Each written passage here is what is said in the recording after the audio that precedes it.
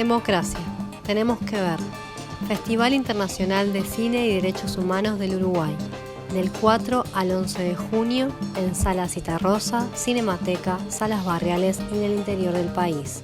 Entrada libre en todas sus actividades. Por más información, tenemosquever.org.uy. Del 29 de mayo al 1 de junio, Montevideo será la sede del Encuentro Internacional de Trabajadores y Trabajadoras de la Energía, un espacio para construir alternativas de cara a la nueva ola de renovables y políticas privatizadoras que promueve el capitalismo verde, por la defensa de los servicios públicos de energía, con participación de los trabajadores y trabajadoras, por una transición energética justa, por el derecho a la energía para todos y todas. Te invitamos a participar de este importante evento en el marco del 75 aniversario de AUTE.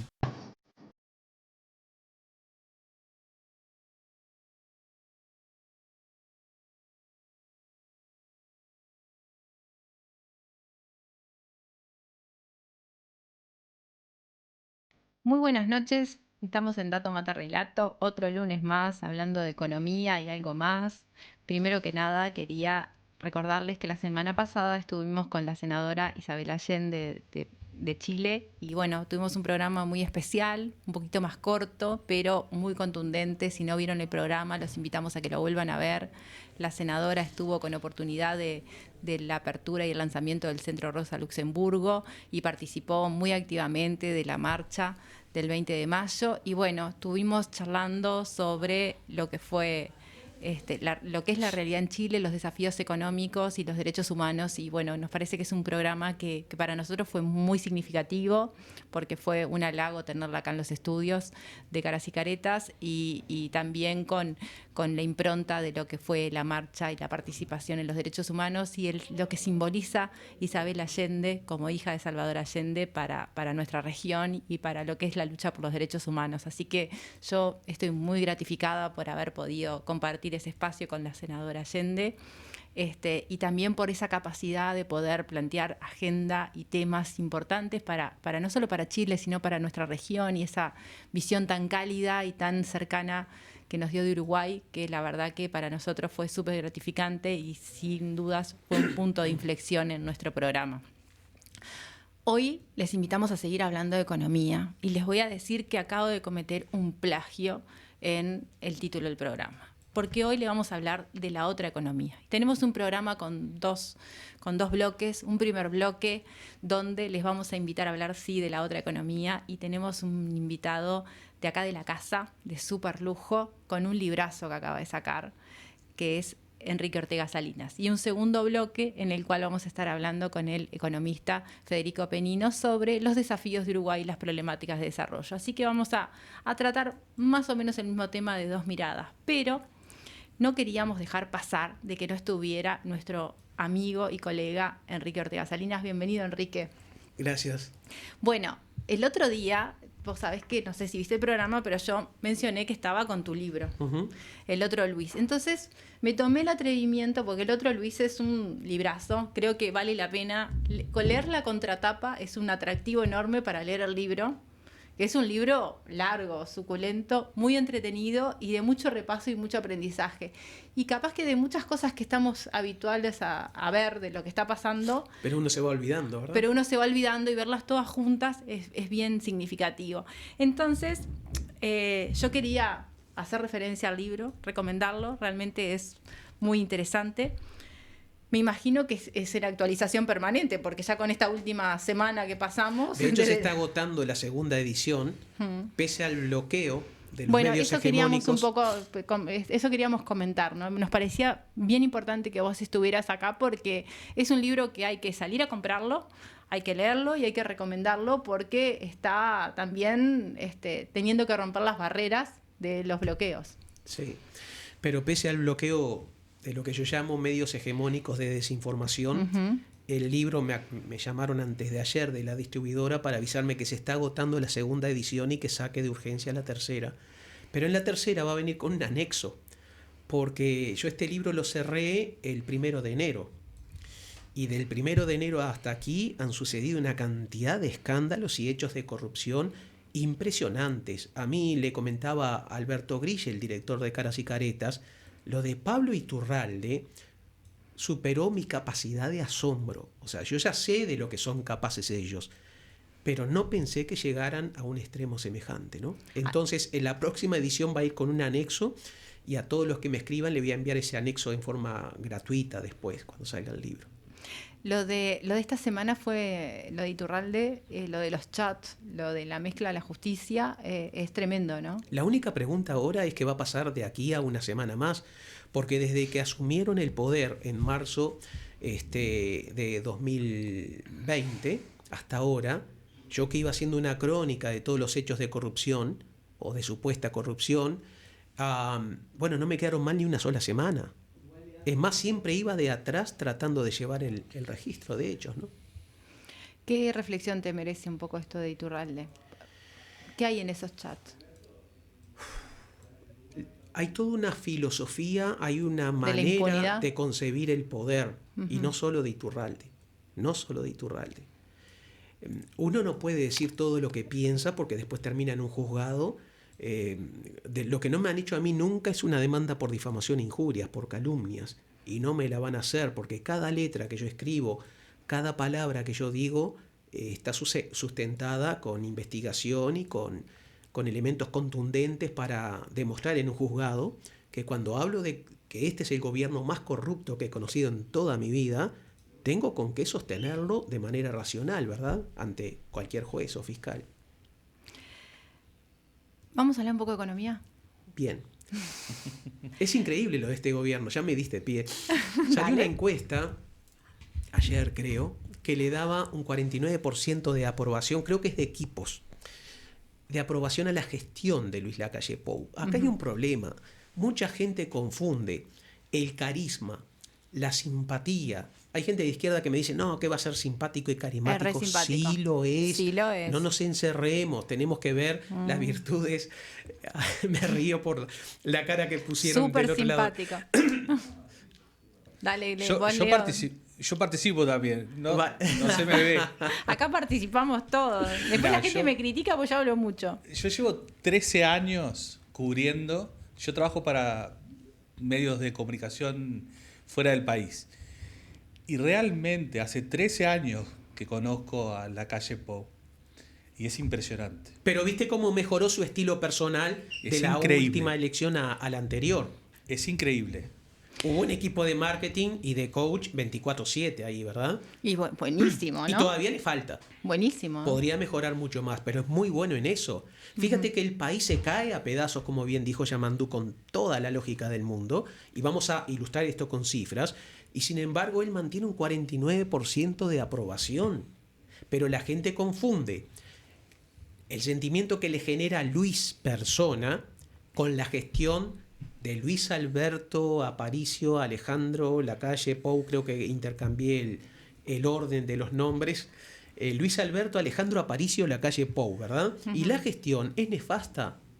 Sí, el 60, ya que hablamos de encuestas, aunque solo, como decía Churchill, solo confío en las encuestas que he manipulado personalmente, pero vamos a tomar las encuestas que ellos mismos tienen, el 64% de los hogares uruguayos no llega a fin de mes. Y tienen varios récords negativos. Es una encuesta bien significativa esa, ¿no? Del tema financiero, económico de las familias. Sí, fíjate que 14.6% de los hogares sufren inseguridad alimentaria. Quiere decir que prácticamente 15 de cada 100 familias no saben qué van a comer esta noche ellos y sus hijos, o qué van a comer mañana. Esto es gravísimo. El 21% de los menores que ingresan al INAU, dicho por autoridades del INAU, lo hacen empujados por la pobreza. Y ya que estamos hablando de pobreza, en 2019, último año de gobierno frente amplista, en realidad marzo de 2020, la pobreza infantil era de 16.4%. A 4 años de herrerismo, o más bien de lacayismo, valga la corrección, tenemos que ese 16.4 subió a 20.1. O sea, prácticamente aumentó en 5 puntos. Y si uno compara los menores de edad, es tremendo también, porque se dan todos los menores de edad, ese casi 20% de promedio. Sí, es curioso porque la pobreza en general es un porcentaje, pero cuando hablamos de pobreza infantil, es muchísimo más alta, ¿no? Más alta, ¿no? Igual este gobierno... A ver, pero vamos a hablar de la pobreza. Cuando el Frente Amplio llegó al poder en marzo de 2005, recibió 1 millón, perdón, siempre suena cuando no debe, voy a apagarlo, y mientras apago voy hablando, recibió 1.300.000 pobres. Sí. 1.300.000. Logró bajar esa cifra a 215.000 personas. 215.000 personas. Luego, cuando bajaron en el último año, que bajaron los commodities, las materias primas, esa cifra subió a 300.000 personas. De todas maneras, recibió 1.200.000 en la pobreza y entrega a la calle Pou un país con 300.000 personas en la pobreza. Ahí, a poco de asumir el gobierno, llegó la pandemia. Y el otro día me decía Federico Fasano, el exdirector del diario La República, en ese lapso aumentó a 400.000. Está bien, dice, no le vamos a criticar a la calle Pou, a este gobierno, el Con incremento de la pandemia. pobreza. Sí, pero yo en un principio le di la razón Yo quería hacerte una pregunta sobre eso. Bien, Quería reflexionar sobre eso. Permitime redondear esta idea Sí, y con por gusto. supuesto. El hecho es que yo sí pienso que es achacable a este gobierno. Porque ¿cómo es posible que un país como México, que no tiene 3,5 millones, sino 128 millones de habitantes, o sea, una cosa es administrar una pandemia en un barrio como Uruguay, que es más chico que Caballito en Buenos Aires, y otra un gigante como México. Más población, más posibilidad de contagio. Allá la gente moría amontonada. Tuve muchas personas conocidas que murieron. Y sin embargo, Manuel López Obrador, presidente de México por supuesto, bajó la pobreza en 5 millones de personas, mientras que aquí aumentaba. Conclusión, no era la pandemia. Esa fue la excusa. Es el modelo. Pero además, cuando pasó la pandemia y la crisis, lograron bajar, y fue una buena noticia, de 400.000 a nuevamente 300.000 pobres. Pero en el último año y medio, esa cifra aumentó a 350.000. O sea que, olvídate de la pandemia, gracias a la calle Pou, hoy tenemos 50.000 personas pobres más.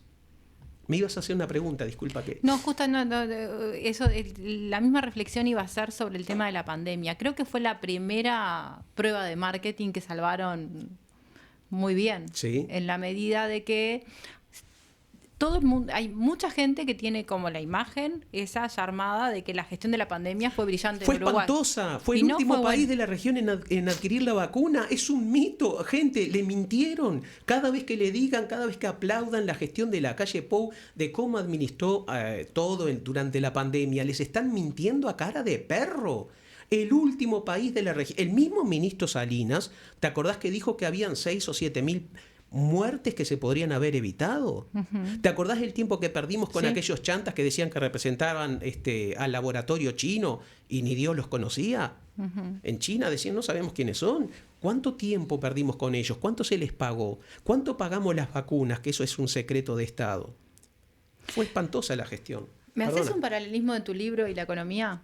¿Cuál es la economía del gobierno? ¿Cuál es el relato y cuál es la otra economía? La realidad es que con o sin pandemia, con o sin guerra de Ucrania, con o sin la muerte de los sapos azules en los pantanos de Tanganica, esto iba a tener el mismo resultado. Ellos son expertos en buscar excusas. El gobierno que dijo que venía para hacerse cargo, es el que menos cargo se ha hecho de sus errores en toda la historia política del Uruguay. Esa es la realidad. La pandemia le vino como anillo al dedo. Ahora que alguien me explique con bananitas y con manzanitas en qué medida afectó la guerra de Ucrania, de qué manera puede justificar con la guerra de Ucrania, cómo lo hacen, que está mal decir Ucrania, porque es la guerra de Rusia contra la OTAN en territorio ucraniano. ¿En qué medida justifica el aumento de la pobreza? No hay. Lo que hay es un modelo que era distributivo durante el Frente Amplio y que se terminó. Mira, en 2004 producíamos, el país producía por año 16.000 millones de dólares. Hoy producimos 60.000 millones de dólares. Pero eso no se ha visto reflejado, salvo durante los 15 gobiernos del Frente Amplio, en una disminución de la pobreza. Es más, aumentó la concentración. El índice Gini mide justamente la diferencia de los ingresos de una población o de una región. Cuando el Frente Amplio entregó el gobierno a Luis Lacalle Pou, teníamos un puntaje de 38.3. Hoy tenemos uno de 39.4. Y alguien dirá, bueno, empeoramos, pero no mucho, es poquitito, sí. Pero cuando ese porcentaje, ese puntito y pico, lo traduces en seres humanos, tenés miles de familias que han visto truncados sus sueños y sus posibilidades de desarrollo. Una cosa es hablar de los números de manera fría y otra cosa es ponerle la cara de un niño, de una niña, del papá y de la mamá. Perdona. Y déjame hacer un agregado. El índice Gini además tiene una particularidad, que es el indicador por excelencia para medir la distribución del ingreso de los más, por su robustez, pero es muy difícil de mover. De la misma manera que fue un gran logro para el Frente Amplio mejorar ese resultado, el empeorar significa muchísimo. O sea, no es tan fácil mover el índice de Gini. Quiere decir que hay un aumento y es un esfuerzo, ¿no? Un esfuerzo por aumentar la desigualdad. Fíjate que hablando de los récords positivos del país, y a propósito de eso, tuvimos récord histórico de exportaciones. Sí. Y sin embargo, en los mismos sectores que se llenaron de plata, en el sector agropecuario exportador, se perdió salario real. Porque hay pandemia. Sí, pero si ustedes la están haciendo... El costo de la pandemia fue totalmente trasladado, ¿no? Y siempre se postergó los temas salariales y ahora se habla de la recuperación del salario real, pero después de 40 meses de pérdida de salario real. Y lo anterior no se te recupera más. No se recupera más, porque por más que digan que estamos volviendo a los indicadores de salario real prepandemia, durante 40 meses el salario real no se recuperó, pero además no se da uniforme en todos los salarios y hay un montón de salarios que quedan muy por debajo. Entonces, los indicadores y los promedios son bastante son mentirosos, no, pero esconden realidades muy heterogéneas. Y después lo que ha sido el último año con la creación de salarios que se da con muy bajos salarios y de muy mala calidad, o sea que no generan ninguna posibilidades después de mejorar las trayectorias laborales. Pero incluyendo como aumento de la ocupación que ha descendido, ¿no? Pero incluyendo aquellos que tienen salarios precarios, se ha dado un aumento. Veamos esto, cuando el gobierno, perdón que ando mal de la garganta, cuando el Frente Amplio tomó el gobierno en el año 2005, recibió 230.000 desocupados. Recuerden esta cifra, 230.000. Logró bajar a 110.000. Pero en el último año, que fue el que le fue peor, en 2019 al Frente Amplio, subió a 130.000. De todas maneras, entregó 100.000 desocupados menos de los que había recibido. Bien. Hoy en día tenemos casi 170.000. O sea que también en materia de desempleo, pero de los que están ocupados, hay muchos que lo hacen en situación precaria. Y hay otros, por ejemplo, mira, es muy difícil hablar de este tema sin ofender, pero hay ciertas formas de mendicidad encubierta. Sí. Solo en Montevideo hay 715 cuidacoches registrados, pero en realidad la Intendencia calcula que son más de 2.000. Este no es un problema de la Intendencia. Esto viene por toda una política a nivel nacional. Hay un ejército de 500 hurgadores de basura.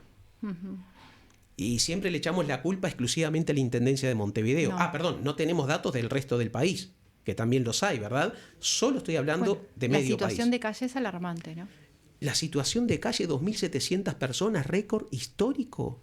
Entonces, ¿cómo pueden salir a la televisión a hablar con esa soberbia que tienen detrás de sus costosos trajes y corbatas, a decir que está todo fabuloso? No está todo fabuloso. Yo regresé a Uruguay en septiembre, estaba en México, bueno, en realidad en varios países. Ahora, dentro de unos días me voy a Colombia, pero quedé espantado porque no fue el Uruguay que yo dejé. Nunca vi tanta gente pidiendo en la calle, durmiendo en la calle, hurgando en los containers. Realmente ha sido asombroso, ¿no? Sumado a eso el deterioro en los temas de seguridad, ¿no? Tocaste un tema que me interesa y que domino, digamos, ¿no? Porque sigo desde hace décadas. Récord histórico. Te estoy tirando. Sí. Récord histórico de homicidios en las cárceles del país. Récord histórico de suicidios en los penales. récord histórico de suicidios de policías, récord histórico de caídas de jefes de policía, récord histórico de alcaldes condenados por la justicia. Esto no se lo van a informar los medios hegemónicos de desinformación. Oscar Andrade, tras leer mi libro, me decía, quedé asombrado con la lista de alcaldes que han sido condenados. Fíjate que Andrade debe ser la persona más informada de este país. Y hasta a él se le habían pasado una cantidad de informaciones. Tiene mucho manejo numérico aparte, mucho manejo de datos, que es impresionante también. Es impresionante. Es de tu club. Sí, de los memoriosos. Solo que él no aplica una técnica, él no sé, tiene una habilidad natural. Pero mira, con respecto a la seguridad, creo que lo único positivo que han logrado es una disminución del abigeato. Eso se los aplaudo, muy bien, le pusieron pilas a ese tema. Pero hay mucho engaño cuando dan las cifras. Fíjate que cuando el ministro del Interior o el gobierno dan las cifras sobre seguridad, siempre te dan las cifras de los mismos delitos. Homicidios, rapiñas, hurtos, abigeato y algún otro más. ¿Por qué no se incluyen los casos de corrupción? Porque no les conviene. Pero ¿por qué pasa con las rapiñas y por qué no te dan los datos de delitos de narcotráfico? Porque entonces quedaría en evidencia que muchos que antes se dedicaban a rapiñar se dieron cuenta de que les resulta más rentable y hasta menos riesgoso el narcotráfico. Lo que ha habido es un trasiego de la actividad delictiva. Por eso es que no te dan esa otra cifra. Ellos te dan las cifras que les convienen comparando los lapsos que les convienen también. Fíjate que siempre te dicen, bueno, en septiembre de este año comparado con septiembre de 2019 pasó tal cosa. Claro, pero si me das agosto u octubre, se revierten los resultados. No sé si me explico. Siempre maniobran de una manera hasta descarada con las cifras, ¿no? A ver, tenemos un gobierno que tiene una propuesta liberalista a su máxima expresión, Sí. un mal uso del concepto de libertad. Vos ponías, también lo hacías reflexión, ¿no? Que se confunde la libertad con los conceptos del propósito de libertad. Y después, con una incapacidad de gestión en muchos planos y con una voluntad de determinados resultados en otros, que después con un discurso que está encubierto. Y mencionabas un poco el tema de la corrupción, que nos ha venido acostumbrando y siguen pasando los temas y siguen pasando de alguna forma también es como que saca de foco mismo hasta en el desacuerdo con algunos lineamientos del centro en lo que es la gestión de gobierno y en lo que es, por ejemplo, la gestión económica, ¿no? Todo se sostiene con la imagen de Luis. Por eso es el título de mi libro, El otro Luis. Una cosa es el Luis marketinero. ¿Hay alguien que conozca más a Luis que vos ahora? A mí hasta simpático me está cayendo porque gracias a él estoy teniendo un nuevo bestseller luego del Pozo de Pandora y las reglas de la mafia, que fueron libros de oro hace muchos años atrás, donde casualmente hablaba del gobierno del padre, ¿no? De los hechos de corrupción de los años 90, que fue impresionante. Y yo jamás pensé que fuera a escribir algo que superara aquello. Bueno, esto lo superó. ¿Y qué comparación harías entre lo que fue el gobierno del padre, donde lo que son las figuras, ¿no? Yo me equivoqué. Yo pensé que este gobierno ni haciendo fuerza iba a ser más corrupto que el de la calle Primero. Y creer o reventar, han logrado superarlo. Y mira que hubo casos de sobra. Fue tan corrupto ese gobierno que el equipo de marketing dirigido por Roberto Lafluf, cuando llegó la campaña del año 2019, le pidió a Luis Alberto Lacalle Herrera que no se metiera en la campaña del hijo. ¿Cómo sé esto? Porque lo dijo Luis Alberto Lacalle de Herrera. Me pidieron que no me metiera. Quedó tan quemado, que si él intervenía en la campaña era negativo para este Luis sin apellido. Porque una genialidad de Lafluf fue hacer la campaña diciendo solo Luis. Hay un spot que a mí me llamó mucho la atención y yo digo, con esto gana. De la campaña electoral estamos hablando. Él iba en una camioneta en la parte trasera, parado, apoyado en la cabina. De pronto se da vuelta sonriendo, su cabello volando por el viento. Y las luces, los faroles de la avenida y la humedad le provocaron como una aureola, que no es artificial, salió de forma natural.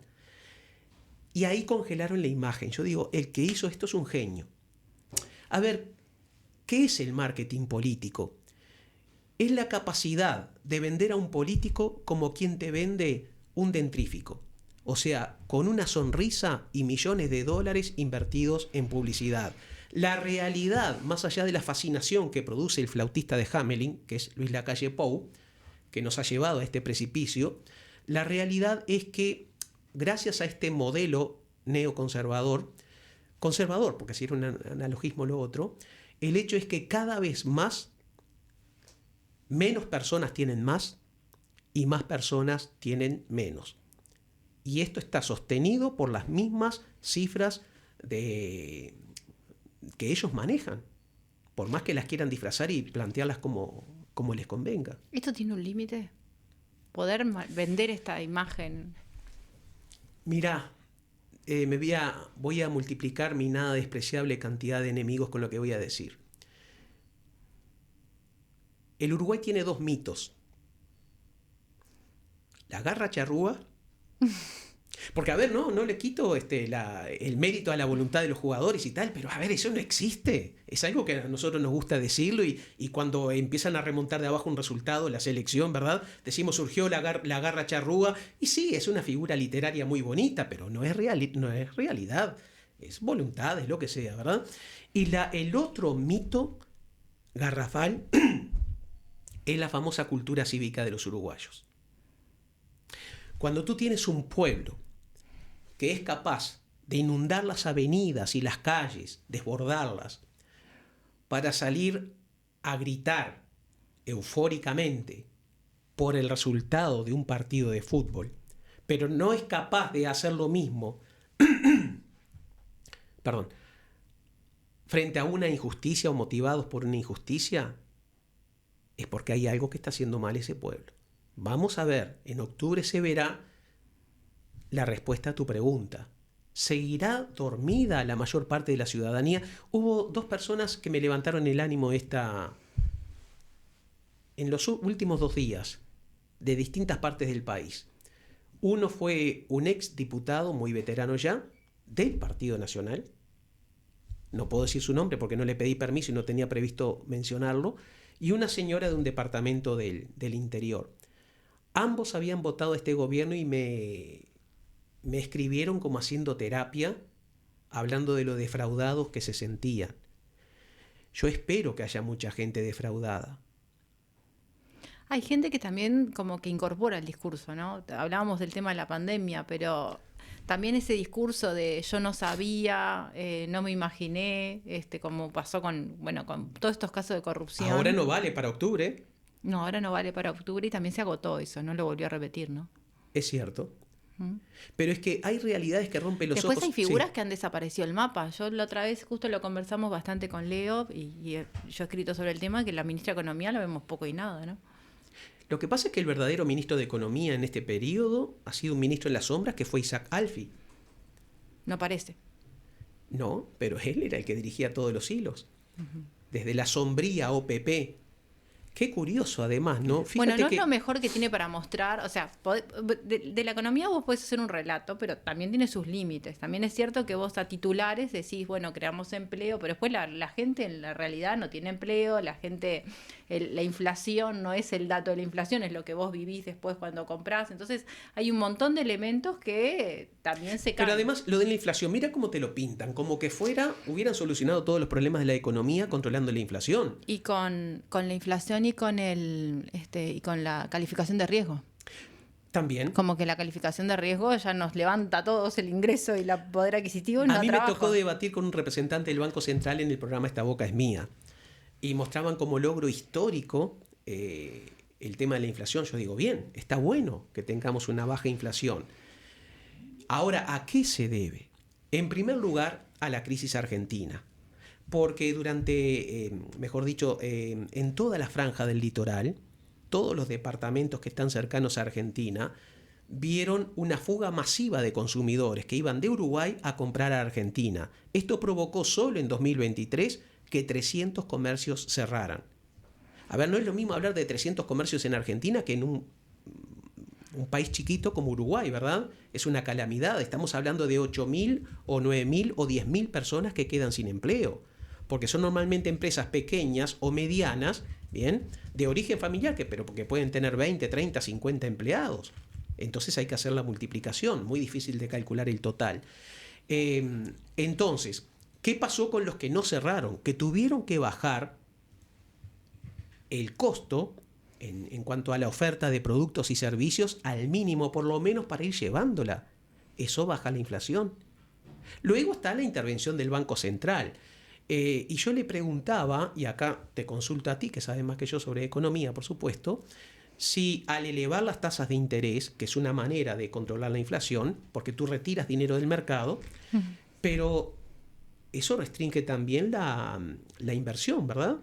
A ver, es una medida que no está siendo aislada en Uruguay, se ha dado en el mundo, se ha dado en la Reserva región. Federal lo ha hecho en Estados Unidos. Que ha tenido tremendos efectos sobre las economías, ¿no? En particular en Uruguay es como que la inflación fuera el todo y la panacea de la economía y la única variable, cuando en realidad los equilibrios macroeconómicos son mucho más complejos que solamente la inflación. Entonces, ¿está bueno tener una inflación baja? Sí, está bueno tener una inflación baja, pero no va sola.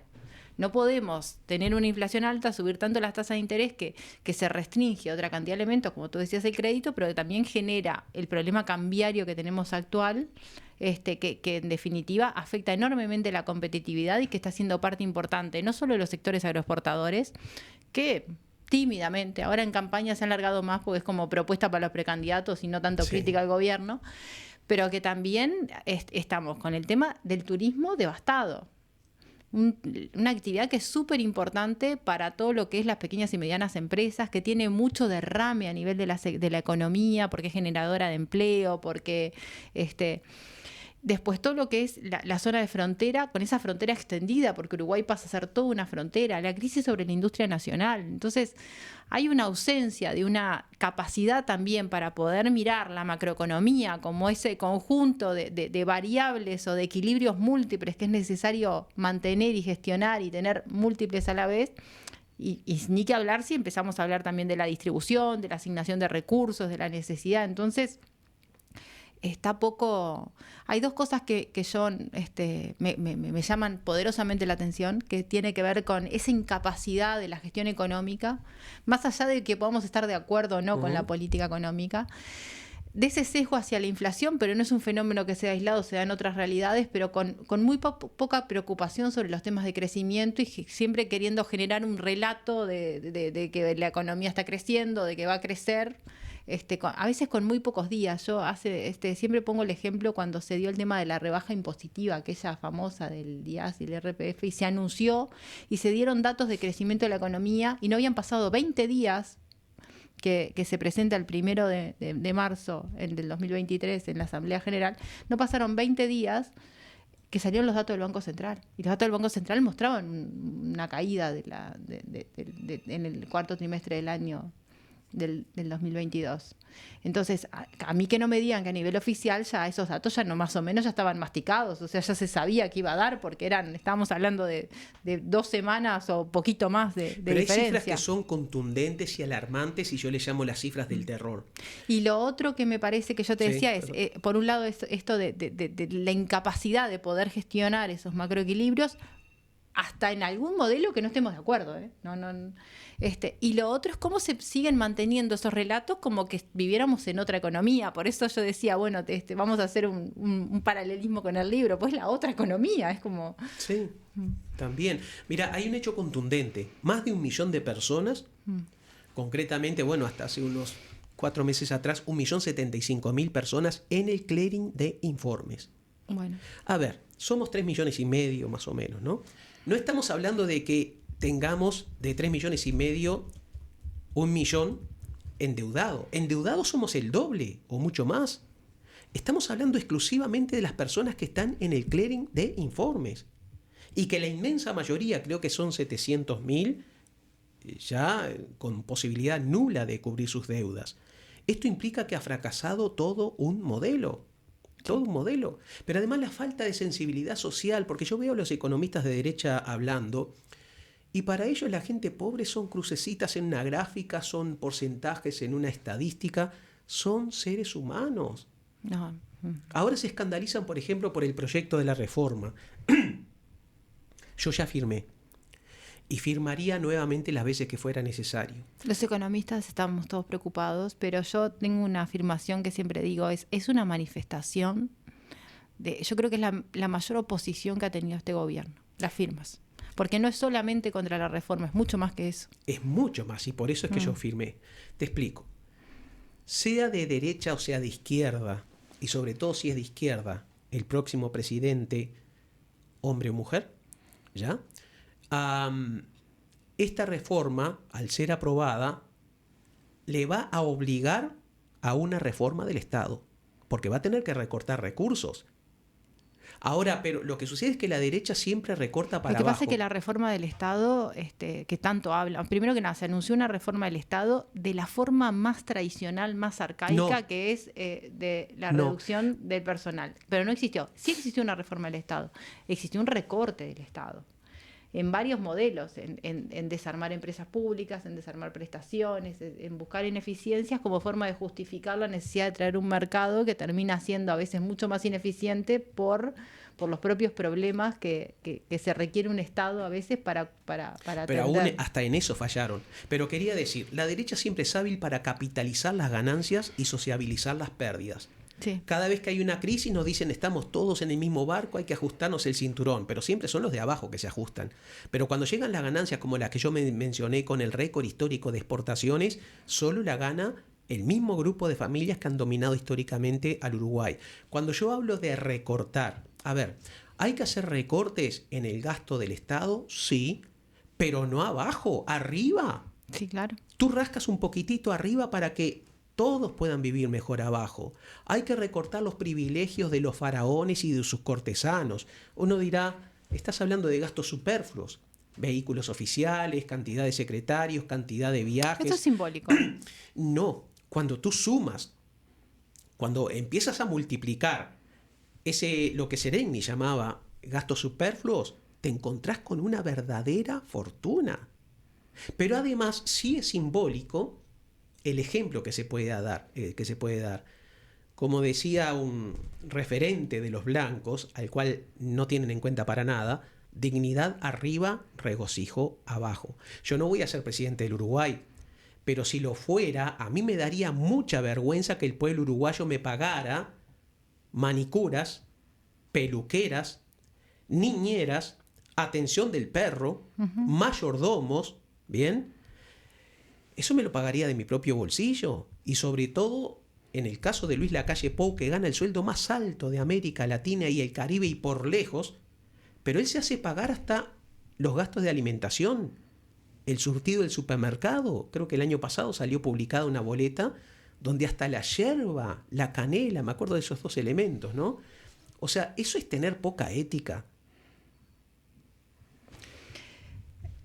Tocaste un tema que me parece importante para ir cerrando.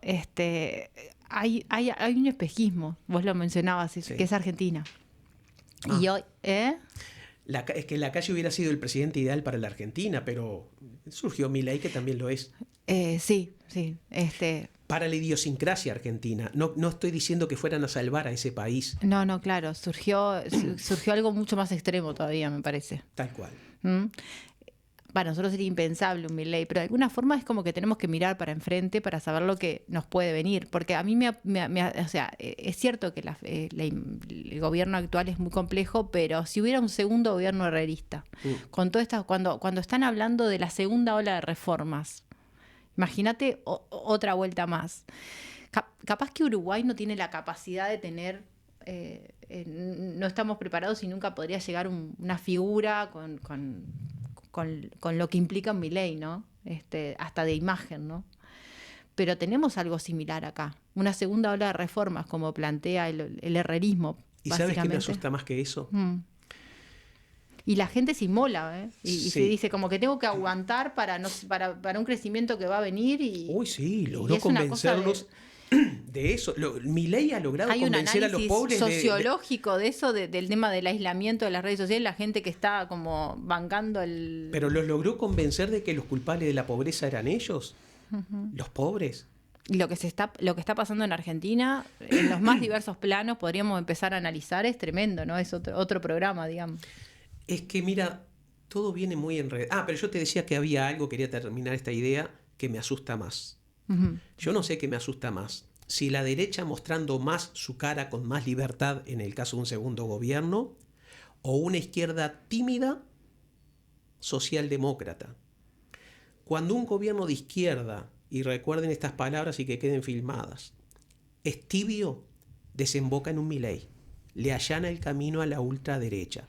La izquierda, o lo digo de otra manera, el Frente Amplio, ¿será de izquierda o no será? Cuidado con cometer tibiezas cuando llegue el nuevo gobierno del Frente Amplio. ¿La socialdemocracia necesariamente tiene que ser tímida o es una El necesidad que problema de tenemos? las etiquetas, y yo titubeé al llamar socialdemocracia porque es como el socialismo.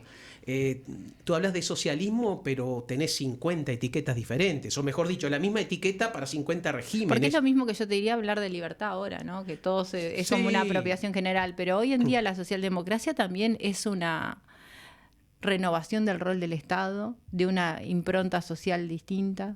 Mira, para mí es la derecha un poquito más humanizada, que dentro de las reglas de la derecha intenta que el sistema no sea tan injusto, pero nunca termina de solucionar las injusticias. O sea, por supuesto que yo prefiero a un socialdemócrata antes que a un derechista neoliberal, toda la vida. Bien, lo defiendo con uñas y dientes. Pero yo creo que tenemos que tener una mentalidad más revolucionaria. Y cuando digo, yo hablo mucho de revolución, pero rescatando una frase de un líder impresionante, de esos que nacen cada 500 años, Hugo Chávez Frías, él dijo, no hablamos de una revolución de fusiles, eso no funciona, eso es lo que le sirve a la derecha que hagamos para justificar la represión e imponer modelos neoliberales. Hablamos de una revolución de mentes y de corazones. Pero cuidado, porque el Frente Amplio, a propósito de la entrevista que vas a tener en pocos minutos, ¿cómo se llama el título, el tema que vas a tratar con el invitado? Vamos a hablar de economía y desarrollo. Pero hablaste de los desafíos. De los desafíos, sí. Bueno, cuidado. Al Frente Amplio, para cuando llegue al gobierno, tenemos que ser conscientes de que hace 2 años comenzó una revolución histórica, jamás vista, provocada por la inteligencia artificial. Eso cambia el modelo educativo, el modelo económico, los sistemas de producción, ya está cambiando absolutamente todo. Mira, te comento algo. No tendría que haber tomado café, cada vez que tomo café, que soy cafeinómano, termino así. En pocos días voy a estar en Yopal, Casanare, en Colombia, dando una conferencia sobre el desarrollo de la inteligencia, supermemoria, sistemas de estudio especiales. Voy a ir a mediados de este mes y como sé que lo van a ver allí en Colombia, aprovecho a recordarles a los amigos que tengo que les voy a hacer una visita. El hecho es que con inteligencia artificial yo necesitaba un afiche para promocionar el evento, ¿vale? Aunque hay gente allá preparándolo, pero un amigo abrió mi computadora, fue a GPT, no sé, un sistema de inteligencia artificial. Uno de los sistemas. Dice, ármame un afiche que contenga las palabras supermemoria, fechas de historia, números, cuentas, cálculos mentales y tal. Apretó y en 5 minutos tenía un afiche espectacular. Sí. Antes yo tenía que encargarle eso a un diseñador. Este ejemplo que yo doy, disculpen que lo haga en términos personales, pero que me impresionó. Pero pasa en todos lados, porque vos encargás de hacer un contrato. También. Una planilla para un análisis de un negocio. ¿Pero y una tesis para recibirte de economista, por ejemplo? Sí, pero te pasa a nivel empresarial. En cualquier empresa, hoy hay mucha gente que está enseñando manejos de los Chat y se enseña a ver cuál es la mejor forma de preguntarle al algoritmo para solucionar algo. Entonces terminás bajando la calidad de la mano de obra en algunos momentos porque... Es algo bueno. Es algo bueno. En algunas cosas es algo bueno, pero tiene sus contracaras. Tiene sus riesgos tremendos. A mí lo que me tranquiliza es que dentro del Frente Amplio llegue a ser no elegida, pero vamos a tener en la primera línea de combate a Carolina. Que Carolina tiene una visión de país, una noción de país y de nación que está muchos años por delante de la mayoría de los orientales. Y eso está bueno, que alguien con su experiencia, con su inteligencia, pueda estar, insisto, en la primera línea de combate. No quiero meterme en la interna, cada uno decidirá si llaman Dusi, Carolina y tal, pero como sea, los dos van a estar juntos. Sí, claro. Entonces da mucha tranquilidad tener como respaldo a alguien con la visión de futuro que tiene Carolina. Repito, no quiero meterme en la interna y parece que le estuviera haciendo propaganda cuando tengo con ambos una excelente relación. Pero ese es el gran desafío, que no es el desafío de futuro, eso ya está. Esto supera la revolución industrial, ¿eh? Mira lo que acabo de decir. Bueno, todo esto tiene que estar incorporado en cualquier programa de gobierno como una realidad a gestionar, a definir políticas y a seguir adelante, ¿no? El próximo ministro de Educación y Cultura, y particularmente del CODICEN, va a tener que ser alguien que domine estas nuevas tecnologías para saber, todo va a tener que cambiar.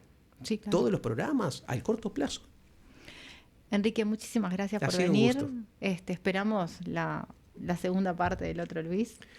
Yo le pido al Partido Nacional en particular que me dé un respiro, porque cuando creo que el libro ya está para cerrarse, añade nuevos capítulos semana tras semana. Y para la audiencia, yo sé que los apabullamos con muchas cifras, pero es importante porque estos son los números del desastre, o como dice el subtítulo del libro, Crónicas del desastre. Hay cifras que hay que manejar. 16% de pobreza infantil con el Frente Amplio, 20.1% con el Partido Nacional. Bueno, son casi 400 páginas. Casi sin espacios en blanco, porque si no era un libro de 1000 páginas o más. Hay Enrique, todo para leer. Yo tengo algo para vos. Sí, vale. Para que lo veas. Esta es una sesión del Parlamento, la primera que tuvo el flamante ministro Martinelli.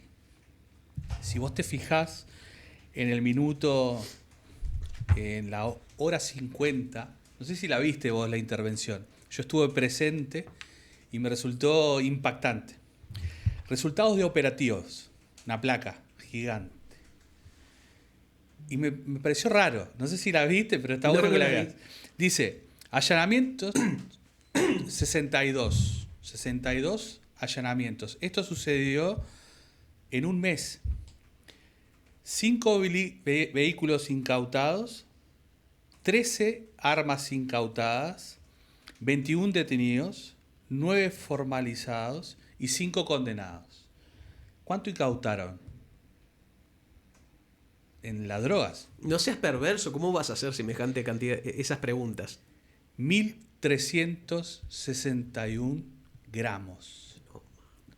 Sí. Entonces yo dije, no puede ser esa cifra. Porque que hagan 62 operativos para Pero un yo que el kilo. ministro no mostraba esas cifras, porque si con 62 operativos tenés esa pusieron en cantidad de gramos. condenados... Los pusieron en gramos. 1.000. No, pero no solo estoy 300. hablando de los gramos de la droga incautada. Piensa en las personas que fueron Sí. condenadas por la justicia, porque en definitiva ahí es donde se ve la eficacia del procedimiento. No, sí. Bueno, pero la eficacia del procedimiento es la incautación. Sí, también. Y porque si no le saco la droga, o sea, vamos a aclarar de que vehículos y personas para vender droga las consiguen en 2 segundos. Mira, me diste pie para mencionar una frase que no quisiera terminar el programa sin mencionarla. Y les va a asombrar un poquito. Yo no critico a este gobierno por su fracaso en seguridad. Porque lo que está viviendo Uruguay forma parte de un proceso que yo lo vi en todo el resto del continente y un pellizco de Europa. Esto es un proceso que si no lo frenamos, cuidado. Vamos a convertirnos en lo que sería un país clásico de Centroamérica, ¿verdad? Yo lo que le critico es la soberbia con que criticaban al gobierno anterior, como que llegaban eso y se terminaban todos los males. Pero además la manipulación de cifras. Con el Frente Amplio en el gobierno, con el tan criticado Eduardo Bonomi, el promedio de muertes calificadas como dudosas, o sea, porque una muerte puede ser suicidio, homicidio, accidente, ¿verdad? Pero el promedio eran 90, 95 en 2019. asumió Luis Lacalle Pou y mágicamente el promedio subió a 200. Creo que el último año fueron 220. Sí. Y van o sea, se duplicó. A ver. Y el ministro Heber decía, pero son las mismas personas que sacaban las cuentas para el Frente Amplio. Sí, pero no eran Frente Amplistas, eso te lo doy sellado y firmado. No, y también hay una lectura de números de que diferente, ¿no? Hay pero incluso la Fiscalía difiere con los números, ¿eh? Sí. Están hablando de entre 20 y 24 muertes menos. Pero además una muerte se está, por ejemplo, delitos que hoy configuran una cosa y forman parte de la estadística y luego se descubre que fue otra. Por ejemplo, un accidente, al mes siguiente se descubre que fue un homicidio y ya no te van a corregir la cifra anterior. Es una manipulación perversa. No olvidemos que el número 3 de la jefatura de policía de Maldonado, un inspector de policía, grado superior, fue condenado por tratar de evitar que las personas denunciaran ciertos delitos. Y eso fue demostrado y por eso está preso. Y dijo él, porque si no al gobierno no le dan los números. Pero además, el jefe de policía de Durazno, anterior, fue denunciado por un oficial de policía por maquillar las cifras. ¿Qué hizo Heber, que era el ministro en ese momento? Trasladó al oficial para otro departamento, separándolo de su familia. Y ese mismo mes le dieron al jefe de policía el Premio Nacional de Calidad. 2 o 3 meses después lo tuvieron que mandar para la casa por nuevos escándalos vinculados a la corrupción. Enrique, muchísimas gracias. Te esperamos de nuevo.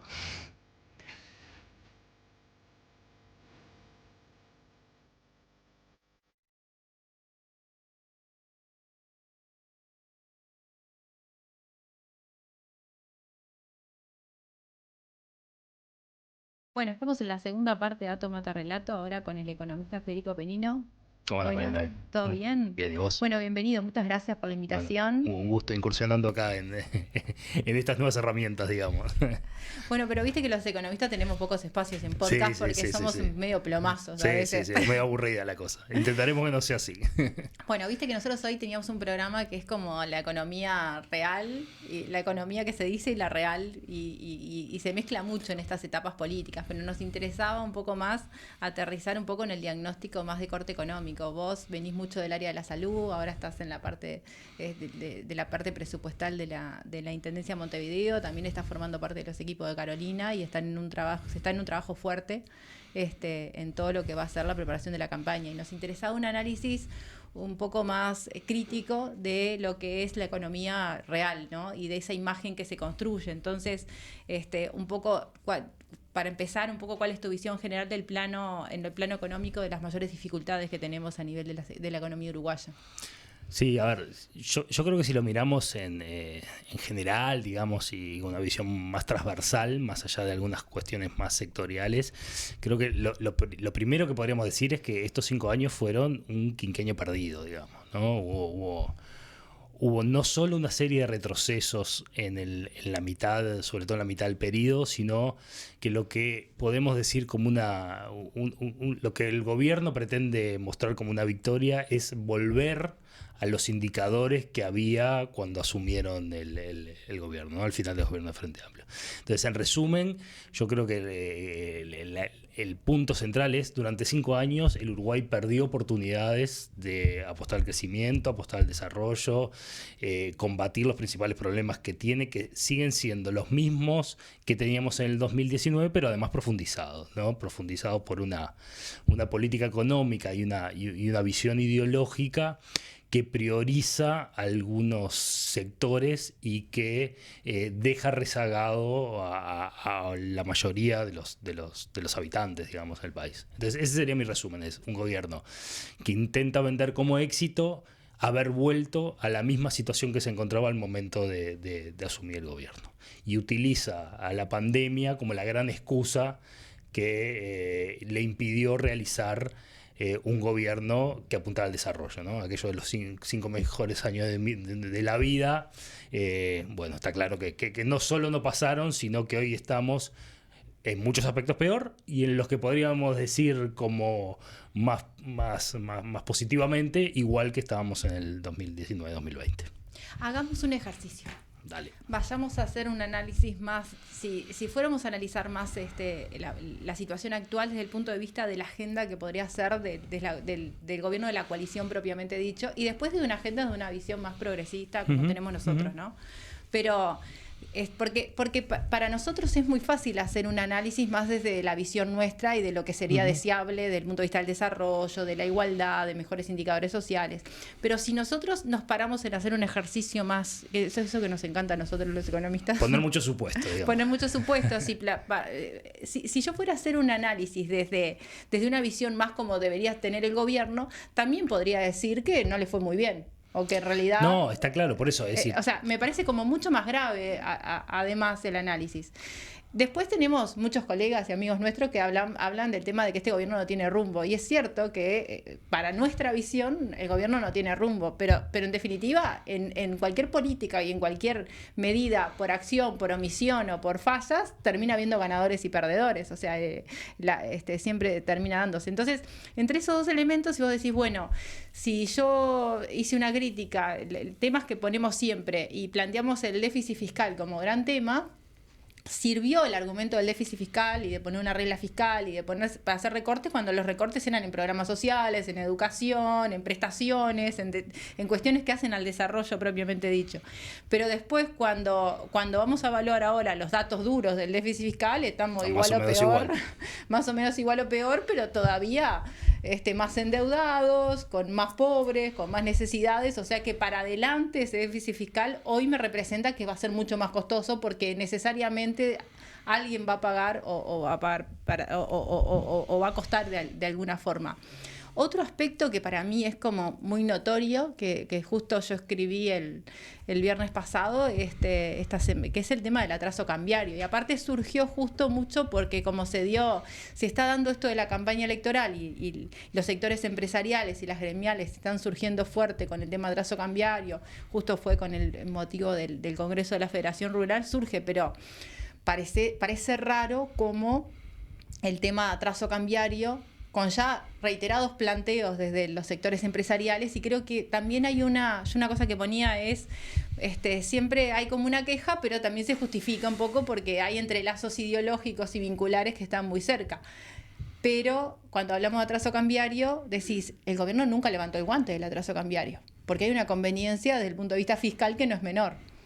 Sí, a ver, yo tomando por este último punto, yo creo que está claro que una situación con este atraso cambiario, ¿no? Si no es el mayor de la historia, debe estar cerca. En cualquier otro escenario de un gobierno que no fuera el actual, hubiese sido muy complejo desde el punto de vista de los reclamos, no solo mediáticos, sino solo en alguna nota de prensa, sino en el reclamo real, sobre todo del sector agroexportador, ¿no? No quiero recordar lo que fue todo el movimiento de Un Solo Uruguay en el último periodo del gobierno del Frente. ¿Cómo hubieran estado ahora? Exacto, es decir, ahí hay claramente hay una cuestión de afinidad ideológica y de alineamiento a una política que yo creo que ahí una de las cosas que hablábamos en su momento era, si yo necesito caracterizar al gobierno, creo que una de sus características principales es el convencimiento, en algunos integrantes más y en otros menos, que el Estado tiene que tener un rol mucho menos activo en general. Y eso se verifica en lo que vos decías, María Noel, digo, cuando tuvieron que hacer el ajuste fiscal, ¿dónde fue el ajuste? ¿Dónde se puso más el peso? ¿Cómo verificamos esa transferencia de $2.000 millones de los salarios de los trabajadores a la renta del sector empresarial en el medio del periodo de gobierno? Cómo si bien se están recuperando los puestos de trabajo, cómo se recuperan en peores condiciones y con mayores dificultades. Es decir, se ve en eso, pero también se ve en la falta de rumbo y la planificación estratégica del Estado. Es decir, yo creo que es un gobierno que apela a los más ahora, al sector privado, a algunos sectores específicos del empresariado nacional y del agronegocio, como quienes tirarían de ese carro para lograr el desarrollo del país. Y eso ha demostrado que no funciona. Si no tenés un Estado que planifique, que ayude al sector privado a desarrollarse, pero que no sea solo un espectador del proceso económico en general, tanto en lo que tiene que ver con la producción, como después en la distribución de los beneficios de esa producción, se termina dando lo que se está dando, ¿no?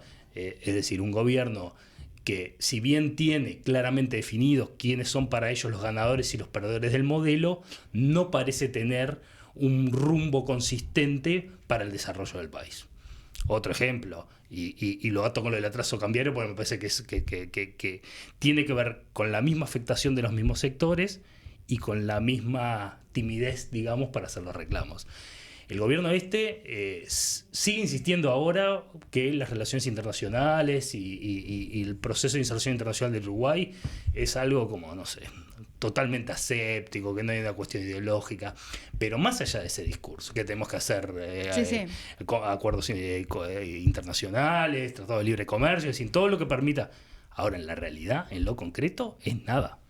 Entonces, más allá del discurso, después cuando uno va a ver, no hay un rumbo que permita canalizar ni siquiera esas aspiraciones que el gobierno por lo menos transmite, ¿no? Hay unas dificultades de gestión enorme de las propuestas también, ¿no? Porque el ejemplo de China me parece que fue el más claro, ¿no? Yo lo que pasa es que creo que fue un gobierno que priorizó el humo, priorizó el anuncio, que la concretitud de las cosas, ¿no? Había acciones que se anunciaban 2, 3 veces. Hubo un uso. Tú hablas del déficit fiscal. No solo no lo mejoró, sino que va a heredar al próximo gobierno una situación complicada en lo fiscal, pero además unos compromisos millonarios vinculados a herramientas para fiscales, léase CND, léase otras herramientas que utilizó para hacer inversiones, por ejemplo, toda la obra de vialidad que está apalancada en esos instrumentos que no aparecen en el déficit fiscal, pero que el próximo gobierno va a tener que absorber. Lindo, ¿no? Para el equipo de colegas que le toque. Totalmente. Va a ser un desafío muy importante. Yo creo que en el haber del gobierno del Frente Amplio, la experiencia acumulada, ya supo lidiar con situaciones complejas.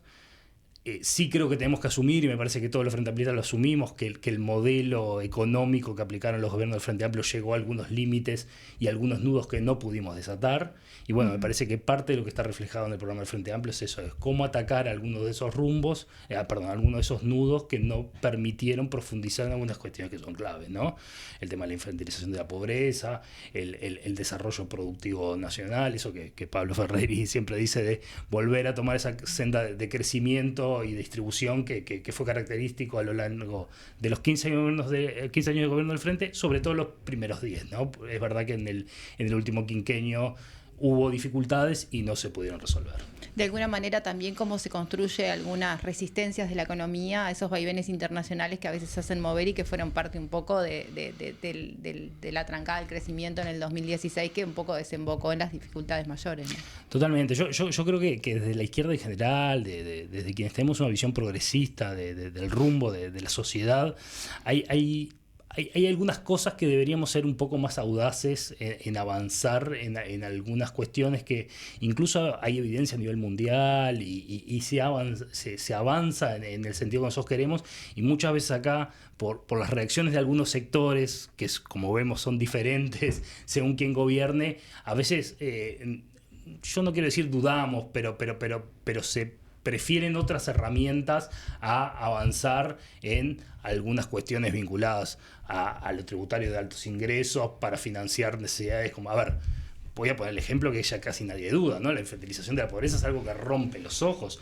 Nadie demasiado lo plantea como grotesco. un tema que no se debería atacar. Ahora, después es muy difícil instalar la idea que para eso se necesitan recursos, para eso obviamente se necesita crecimiento, pero además una política tributaria de segunda generación que está planteada el gobierno del Frente Amplio, que profundice, sin necesariamente aumentar la presión fiscal, pero sí que profundice los impuestos directos en detrimento de aquellos que son más regresivos, como puede ser el IVA, ¿no? Me llevaste un pienso más desde nuestra profesión. Los 15 años de gobierno del Frente tuvieron equipos económicos muy fuertes que tuvieron una capacidad enorme de gobernar la economía, ¿no? Y que construyeron cosas que fueron únicas, más allá de ese agotamiento que coincidimos todos. Un nuevo gobierno del Frente está generando una renovación en ese plano de la economía desde una mirada hasta mucho más integral de la economía. Sí, yo creo que hay una renovación, ahí me desvío un poquito, creo que el Frente está hoy en un momento de renovación generacional, además. Bueno, a eso iba, hay una renovación generacional en todos los planos. Capaz que en el económico es como un poco más, o sea, porque el cambio de unas figuras va a ser notable, ¿no? Y yo creo que hoy se está dando está claro que en forma transversal, ¿no? Que hay un cambio de liderazgos, hay un cambio de una generación, eso lo hablaba con algunos compañeros. Yo creo que los 15 años de gobierno del Frente, con algunos matices, pusieron a gobernar, por un lado, un grupo grande de compañeros que incluso eran o de los fundadores del Frente Amplio o de los que le resistían a la dictadura, y el recambio a lo sumo se dio con los compañeros que eran generación de 83, digamos. Ahora esos compañeros de generación de 83, la mayoría de ellos hoy están arriba de los 60 años. Entonces es natural que eso se empiece a dar. Y me parece que es una necesidad de la izquierda en el Uruguay, no solo procesar ese recambio de las personas, sino también procesar un recambio de las ideas, parados en la historia y parados en todas las fortalezas que dejó el Frente Amplio, pero con una perspectiva de futuro y una perspectiva de modernidad que naturalmente se va dando porque el conocimiento cambia, porque los seres humanos somos así, ¿no? Una vez que avanza el mundo, los conocimientos son mucho más rápidos, el acceso a información es mucho más rápido y bueno, tenemos que acompasar ese proceso. También tuvimos 5 años donde la agenda de desarrollo se trancó por ser una agenda muy regresiva, pero también porque el mundo siguió avanzando y hay temas que los dejamos pasar, ¿no? Totalmente. Yo siempre pongo el ejemplo de, más allá de la discusión que podamos tener de la reforma de la seguridad social, es impensable una reforma que nunca llegó a mirar las nuevas formas, las nuevas relaciones laborales. Lo que pasa que eso me parece que es bien característico de la derecha uruguaya. Es decir, voy a usar una analogía futbolística, a veces me dicen que en Uruguay solo hacemos analogías futbolísticas. Están permitidas. Bueno, pero es como que engancha siempre para el mismo lado, ¿no? Es decir, en vez de poner el foco en eso, en las nuevas formas de trabajo, en vez de pensar el mundo de acá a 20 años, del mundo del trabajo como va a estar de acá a 20 años, es lo que se les ocurre es poner en las espaldas de los trabajadores todo el peso de la reforma de la seguridad social. Entonces es eso, el desafío es encontrar cuáles son los ejes principales de una política nacional de desarrollo, ¿tá? Y esa política nacional de desarrollo pasa por algunas cosas que no estamos descubriendo nada, pasa por invertir fuertemente en ciencia, tecnología e innovación, pasa por incorporar las nuevas herramientas informáticas, de inteligencia artificial y demás que estamos teniendo todos los días, pasa por machear eso con nuestros sectores más de punta en lo que tiene que ver con inserción internacional, es decir, pasa por imponerle un ritmo al gobierno que también tiene que ver con un ritmo que no sea un ritmo cansino, porque creo que este gobierno tuvo un discurso de modernidad y de eficiencia, pero una práctica política que iba en sentido totalmente contrario. Un ejemplo que podemos tener es el riego, por ejemplo. Cuando se dio todo el tema de déficit hídrico, hubo una emergencia nacional en todos los planos, en el agua para consumo humano, en las necesidades de políticas sociales para que la gente accediera al agua. Todo se demoró a nivel agropecuario también. Pasados los meses, cuando más o menos se reactivó, no hubo ningún cambio durante la crisis, porque si uno repasa las herramientas, algunas llegaron tarde, algunas fueron a iniciativa más local y en particular en la Intendencia de Montevideo, y en la agenda, si uno ve en la parte productiva, más o menos son todos instrumentos que ya existían con algunos apoyos de financiamiento que se reforzaron algunos recursos. Pasada la sequía, seguimos igualito. Pero es paradigmático ese ejemplo, es paradigmático el ejemplo de lo que pasó con la investigación y la Universidad de la República. Sí, es decir, durante toda la pandemia a los médicos los salían a aplaudir, el gache era lo más grande que hay, ahora pasaron 5 minutos y no hubo un peso más para la Universidad de la República, no hubo un peso más para la investigación. Por eso digo, yo creo que es un... Y muchas gracias por ser parte del GACH. Y además de eso, ¿no? Además de que cuando el GACH empezó a decir cosas que no les gustaba, era solo un asesoramiento técnico y había decisiones políticas. Pero yo creo que es eso, fue un gobierno de muchos anuncios, de pocas concreciones, de bastantes retrocesos en algunos aspectos claves y que al final termina a lo sumo y con benevolencia empatando algunas de las situaciones que tenía al inicio del quinquenio. Entonces el desafío del frente es grande en ese sentido. Y déjame una cosa que me parece que a mí por lo menos me desvela un poquito. Yo creo que hay un desafío que tiene un próximo gobierno del Frente Amplio, es no defraudar. Y lo digo en sentido amplio, es decir, es real que cientos de miles de uruguayos viven en situaciones que no son dignas.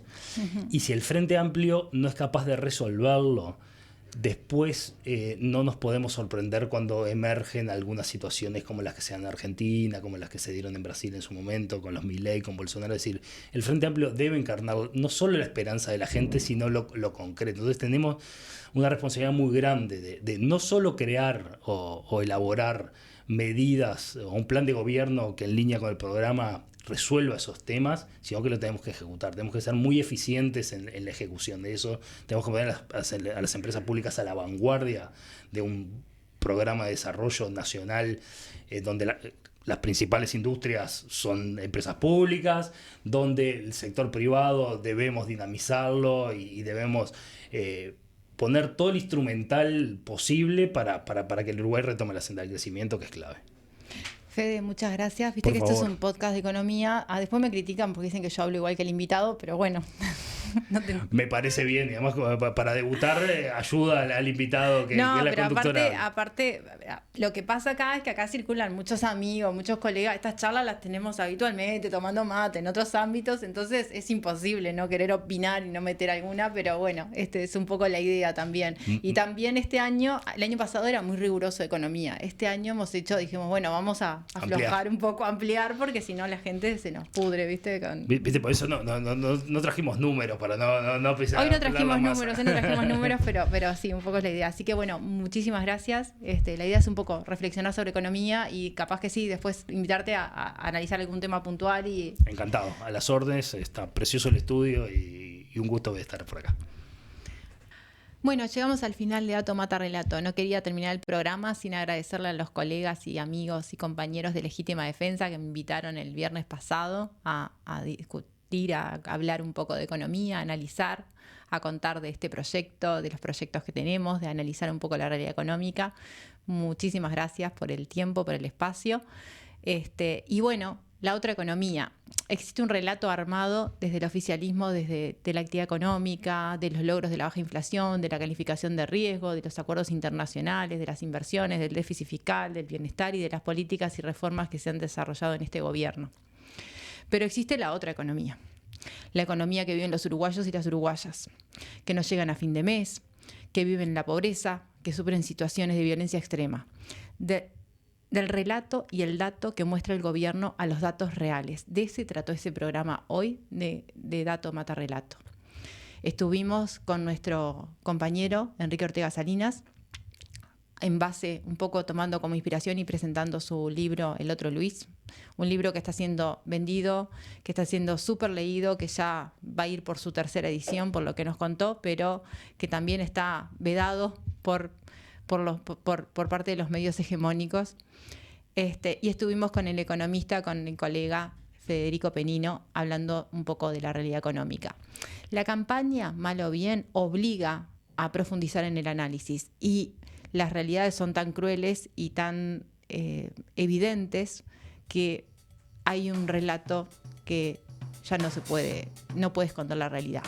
Bueno, estuvimos en Dato Mata Relato, nos vemos el próximo lunes. Gracias.